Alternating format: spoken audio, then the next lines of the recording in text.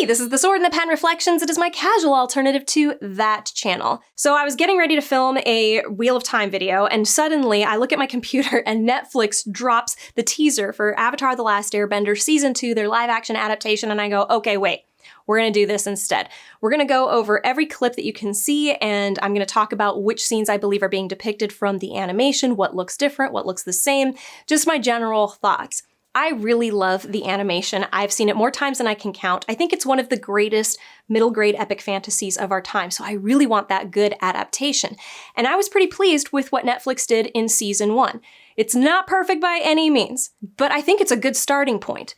I would put it on par with the first 3 movies of the Harry Potter franchise, probably leaning closer to the third. When you compare these two adaptations, looking at the books of Harry Potter, you can see that the quality and the storytelling really steps up a notch in book 3 and book 4. We start diving into more complex character growth. We start looking at the long-term storyline where we've got Voldemort coming back into power. Things turn up a notch at that 3rd and 4th book. And in the films, we see the same thing happening right at movie 3 and 4. Now, the Avatar animation has 3 books. We've got Water, Earth, and Fire. And if you watch them all in one sprint, which I have done, book 1 is pretty weak compared to book 2 and book 3, especially book 2. Book 1 is a lot of plot and adventure and little things, little quibbles that the kids have with each other, but we don't really get into the more complex and I would call it like higher level themes until season 2 or book 2, Earth. In watching the live action season 1, you can see that there was a major effort to cut as little as possible, change as little as possible. Yes, cuts and changes have to be made and additions have to be put in as well in order to smooth out the cuts that have to be made. There was also a little bit of shuffling and moving things around, but nothing was done to majorly change anything. Nothing broke the lore, nothing broke a character, nothing broke the story. It's all there. So this to me looks like a good foundational point. Obviously, we want the next One Piece adaptation. That's what we want. We all want to see what One Piece did. We all want it to work really solidly on its own, but also be faithful and also take tons of hours of animation and somehow condense it and make it into something that works in live action. And the folks who made One Piece are the same folks who made Avatar: The Last Airbender. It's the same team. Like, they all want that faithful adaptation. So I want these people to have that power. And if you didn't know, I do know some of the folks who made this show. And they want to do the faithful adaptation that we all want. I went to the premiere of episode 1 and talk to the cast, the crew members, the producers, and that's what they want. They want to see that everything we loved about the animation is there. That they are basically just taking the animation and going, how do we translate this to live action? And it's a struggle to get permission to do that for these folks. So I want to see works like One Piece and Avatar: The Last Airbender get the traction that I think would give these people more power behind the scenes. But yeah, so watching season 1, you can see that there was a lot of effort into creating a faithful adaptation, cutting as little as possible, adding as little as possible. Geez, some of the things that they added in season 1 I thought were better than the animation, like the whole 41st Division thing, and some of the scenes that they added with Zuko and Iroh. I was like, this is better. This actually enhanced things. So I have faith in the team to know which choices are going to be strongest for supporting the story that's already there. And I'm hoping that this continues through the rest of the series. But anyway, let's just get straight to the breakdown of the teaser, because that's what you guys are here for, and that's what I'm here for, so let's look at it. First, we get a nice little monologue from Toph. She says, "Everything is vibrating all around us. The world is turning. There is a secret life beneath us. We are all connected through the earth." This is obviously a stating of the theme, and if you aren't familiar with the animation, it's in the 2nd season that we get a great episode called The Swamp, and something is dropped there that doesn't really get tied in until much later on, which is that everybody on this world is all connected. The people, the earth, the plants, the water, the elements. And this becomes a big part of Toph's journey as well, where she is the first one to make the connection between earth and metal. And she becomes the first metal bender. She goes, metal is nothing more than refined earth. It's just been taken to another stage, but it's still the same thing. It's still connected. And so she becomes this this incredible metal bender because she figures out this truth. But this is also an underlying theme through the entirety of the rest of the series, where we see that these are 4 nations. They're divided by their different cultures, their different elements, and just the fact that they are on opposite sides of the war, mainly the Earth Kingdom and the Fire Nation, but also the Water Nation, which is the water tribes are a little bit separate in the second season. We don't see them quite as much. Well, the second book, that is. I'm wondering if we're going to see them at all in the live action, because that will be such a detour from the main plot, because there's a lot to do in Ba Sing Se, and I don't know how they're going to fit that in if we get the same number of episodes as we got in the live action, but we'll see. But anyway, I like that they're stating this theme. It's hinting to me that they're going to do what I was hoping would happen, which is we're going to see a level up in the character development and the plot, and everything is going to be serving the character growth a lot stronger in this second season than what we see in the first season, which is basically what happens in book 2 of the animation.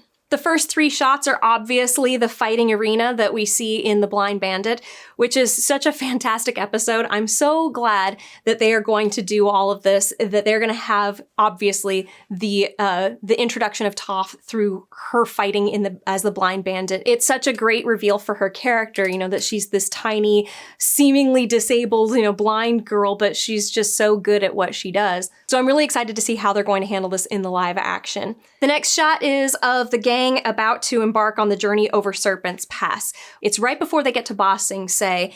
They meet up with a married couple, where the wife is pregnant and they help deliver the baby, and then they have to go over this Serpent's Pass. And they get the help of Suki, who is now working for the Earth Kingdom and helping people to get into the Earth Kingdom. She's basically working security. So the gang with Toph, this is after they've met up with Toph, help this couple get across Serpent's Pass, which is supposed to be dangerous, and we find out on the journey why nobody else takes it. Now, this looks like they're taking a group of people. Next, we've got an upward-looking shot of Appa flying with the Mechanist on his back. Momo comes flying off as well.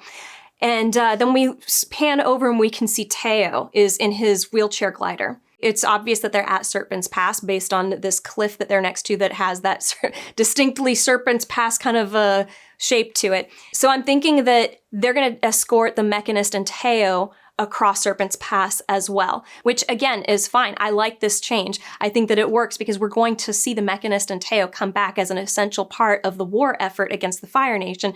So bringing everybody to the same location works, and this is a good way to do it. And then we get our first shot of Aang, who is obviously a teenager now. He's done a lot of growing over the last couple of years. We know that he stayed with Katara and Sokka at the Northern Water Tribe for a long time. Even in the animation, we see that they've been here training for a while now when we pick up with season 2. So this works for me. If they stayed there for a couple of years, it's not going to hurt the story at all. Next shot, we've got Iroh teaching Zuko how to redirect lightning. And this is, again, a fan favorite episode where we see Zuko kind of lose it. We see his personality really come out, where he wants his uncle to throw lightning at him so that he can practice, like, okay, I know how to do it now, like, throw lightning at me. And I was like, are you kidding? Lightning is so dangerous.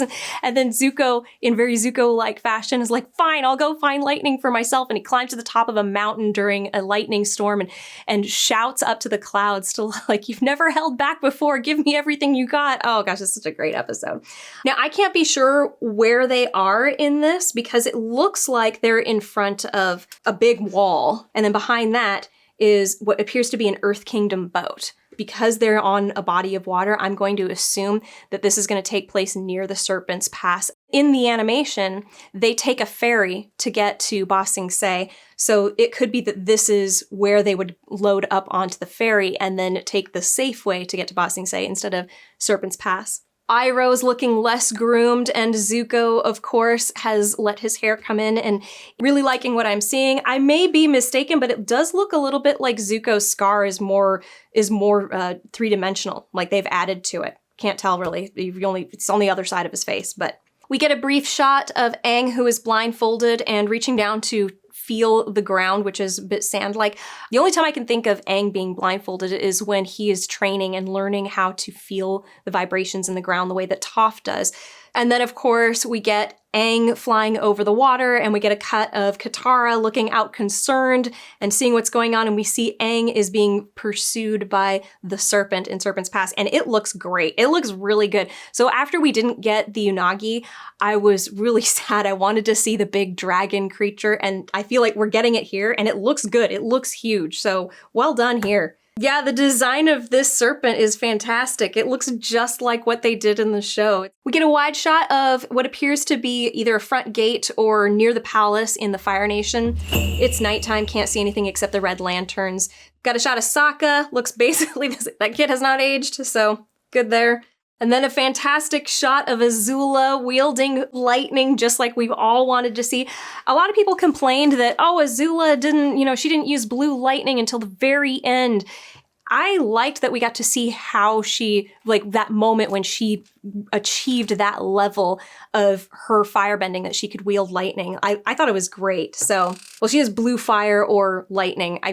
I just love it. I think that was great. I think anytime that you can showcase a character's moments of growth is always going to feel better than just they come on and they have it already. Like, show us more of their journey. I'm good with that. And I actually liked what they did with her character. And in the back, we can see that Zuko is looking after Iroh, who has been struck down. This is definitely the episode where everybody's trying to stop or get away from Azula, and we kind of have a moment where the Avatar gang is teaming up with Iroh and Zuko against Azula. It's a little unusual that we see Azula's back to Iroh and Zuko in this moment, but maybe it'll be after she has struck Iroh down that then we see Zuko stand up to her, but I don't know. We'll see. Then we get Mai and Ty Lee attacking Sokka and Suki. Now, in the chase, Suki was not with them.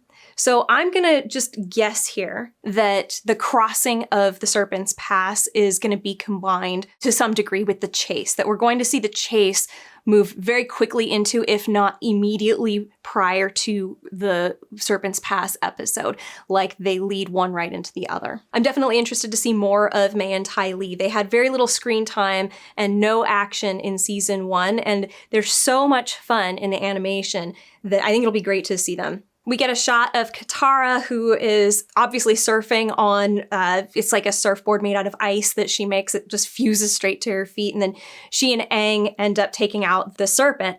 I love it. This looks good. This looks so good. I'm trying to picture in my head how this is going to happen. I think they'll most likely start out at Omashu or reuniting with the Mechanist and Teo.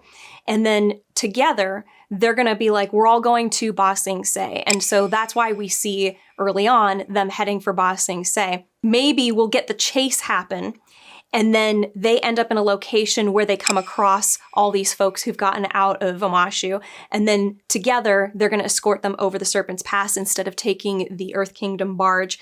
And that's where we see Aang's group and Zuko's group sort of splitting off, because then when we see Zuko and Iroh practicing redirecting lightning, you can see that Iroh obviously has been struck by lightning, which is what happened at the end of the chase where Azula ends up hitting Iroh in order to throw off Zuko. I just think if I was trying to mush everything together as best I could in a way that sort of streamlines the story, that's probably what I would do. I would say the chase brings everybody together, and then they split off at Serpent's Pass, where Aang's group goes over Serpent's Pass, and then Zuko's group takes the barge. That's what I would do. Then we get a shot of Sokka, Aang, and Katara watching, obviously, the fighting, and Sokka and Aang look more into it than Katara, which is on par. Like, that's how the whole experience down in the fight ring started. Katara was like, whatever, and the boys were totally into it, especially Sokka. He was just like over the moon with how exciting the fight was. He loved it. And then we can see Toph entering the ring, and she's wearing a cloak, which she is in the animation as well. And then we see what appears to be a boulder exploding, and you can just for a split second see some shirtless big guy get thrown. I don't know if the rock has been smashed onto him or he's smashing the rock or whatever, but then you just see Toph standing there, and she's very small. And then we get the close-up of Toph. She's super cute. She's got these long bangs that hang over her eyes, which she's obviously wearing milky contacts. And I mean, I've never seen this actress in anything before, but when I looked up like what she's done, obviously she's done characters that are gonna be in the same vein as the Toph character. There was a bunch of rumors going around where people were concerned that Toph is going to be too feminine, made too feminine or something. Like they're going to increase how feminine she is in the show. And that didn't bother me because I'm going, well, if they're not going to cast like a 10-year-old, if they're going to cast a teenager, then she's probably going to look more like a woman because she will have developed more like a woman. So first of all, there's that. And secondly, Toph wasn't exactly anti like being feminine. She had the spa day with Katara where she even says, I really liked this. It was nice. I mean, she wasn't enjoying getting her feet, like having all that stuff done to her, but she was enjoying herself at the spa day after that. And then she goes into full-on damsel in distress mode in the Serpent's Pass episode where she thinks she's being rescued by Sokka and goes, my hero, and kisses him, except it's Suki, it's not Sokka. Like, she's not a non-girly person. She's just very gruff and confident, and she's obviously sassy, and she knows what she's doing, and she knows she's tough. Like, she does not hide that, and she also doesn't buy into the formalities of things unless she has to, which she does when they need to get into Ba Sing Se's birthday party. It was the party for the bear. They want to go meet the king of the Earth Kingdom, and the only way that they can get in there is by posing as like the daughters of some nobility, and so they're able to get in, and Toph is the one who knows how to act like a lady. So it's not like she doesn't know how or doesn't embrace it, so it doesn't bother me that if they're like, well, she's gonna seem more feminine than in the show. Maybe because she's not being played by a 10-year-old. That might be part of it. It doesn't bother me. As long as she's still tough badass and she doesn't take any crap from anybody, I'll be fine with her. And we see, just like in the animation, that they're choosing to depict her feeling the vibrations in the earth the same way that they did in the animation, which is sort of like a white, it's almost like radar pulse that comes from the ground up through her body and going out like this. I like that. If I was gonna imagine what does Toph look like in live action, maybe a small bit older, this would be how you do it. And we've got her forming a bracer or basically like a shield, or making her arm more tough by pulling some rocks into sort of a thing around her arm. I love this. Like, it's all good. I think that we're going to see a leveling up in the storytelling. I think that we're going to see a leveling up in the exploration of character growth. The toughest thing is going to be not putting as much plot in. Now, it's a lot of story to tell, and that was probably the toughest thing to handle in season 1, was how do they put so much plot in? And in some cases, I think they put too much in. Like, they could have gotten rid of some of the plot and just kept it there. But they also moved certain revelations and things into season 1, which will help remove what needs to be covered in season 2. So we'll see how it goes. But anyway, and we get the final reveal, which is the new logo in the green glowing crystals, which are the setting, basically, of the finale. And I love the season 2 finale. For me, it is in many ways more memorable than the season 3 finale, which season 3 kind of has 2 finales. And actually, the first one, it's like the Zuko's big moment in season 3. That, to me, is more impressive than the actual finale. Oh, I don't know. There's so many good finales in this show, in the animation, and I can't wait to see what they're going to do in the live action. I really have a lot of faith in this production team. I hope that they got everything that they were asking for, that I know that they didn't get in season 1, but I hope that they're getting it in season 2 and 3, which both have been shot. So we will see. It's in the can. It's what can they do in the editing bay now, I guess. So I really hope it turns out good. Let me know what you thought. Do you like what you're seeing? I'm really happy with everything that I'm seeing. So that's it. Please like, subscribe, and comment. Even if it's just with an emoji, it's totally free for you and it helps my video in the algorithm. Otherwise, if you're feeling generous and you have the means, check out my Patreon, Ko-fi, or hit the money heart thanks button down below. That's it. Be good to yourself.